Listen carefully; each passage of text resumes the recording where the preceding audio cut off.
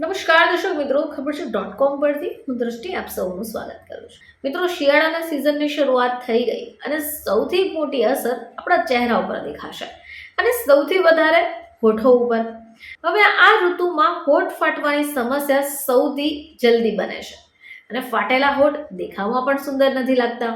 તો આપણા હોઠોની સ્કિન ખૂબ પાતળી હોય છે અને શિયાળાની આવી શુષ્ક હવાની અસર તેની પર તરત જ જોવા મળશે. હવે ઘણીવાર આવા ફાટેલા હોઠ ડ્રાય થાય અને એમાંથી લોહી પણ નીકળવા લાગે. ઘણીવાર આપણે હોઠને વારંવાર જીભ લગાવીએ છીએ, એનાથી હોઠને નુકસાન જ પહોંચે છે. પૂરતું મોઇશ્ચરાઇઝ ન મળે એટલે હોઠ ડ્રાય થઈ જાય.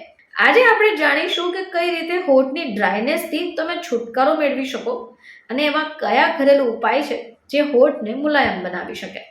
તો દર્શક મિત્રો, હોઠની ડ્રાયનેસ દૂર કરવા તમારે અમુક બાબતોની કાળજી રાખવી પડે.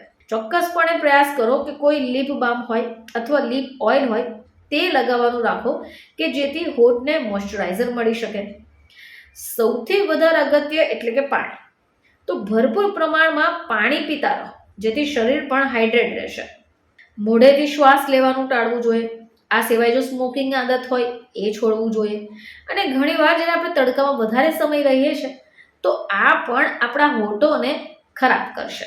મિત્રો, નારિયેળનું તેલ સૌથી અસરકારક રહેશે. ફાટેલા હોઠની સમસ્યા જો દૂર કરવી હોય તો તમારે નારિયેળના તેલનો ઉપયોગ કરવો જોઈએ. નારિયેળના તેલને હોઠ ઉપર આખી રાત લગાવીને સૂઈ જાઓ અથવા તો દિવસે પણ તમે લગાવી શકો. આ સિવાય મધ. તો મધ એક સારું એક્સફોલિએટર છે અને હોઠને મોઇશ્ચરાઇઝર પણ આપે છે. જો ઈચ્છો તો ઓલિવ ઓઇલને પણ મિક્સ કરી શકો છો. થોડી વાર પછી તમારે હોઠને ધોઈને સાફ કરી લેવાના છે. આ સિવાય ઘી. તો ઘી તો આપણા ઘરની અંદર મળી જ જાય છે.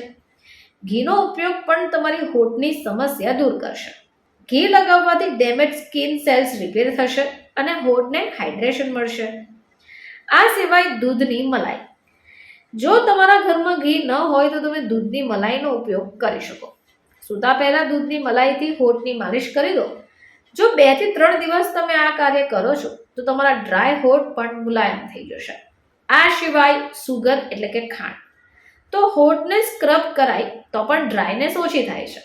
આના માટે તમારે શું કરવાનું છે કે ખાંડની અંદર મધને મિક્સ કરી દેવાનું છે અને આ જે મિશ્રણ છે તેને હોઠ ઉપર સ્ક્રબ કરી લો અને પછી એને ધોઈ કાઢો. તમારે અઠવાડિયામાં 1 વાર તો હોઠને સ્ક્રબ કરવું જ જોઈએ.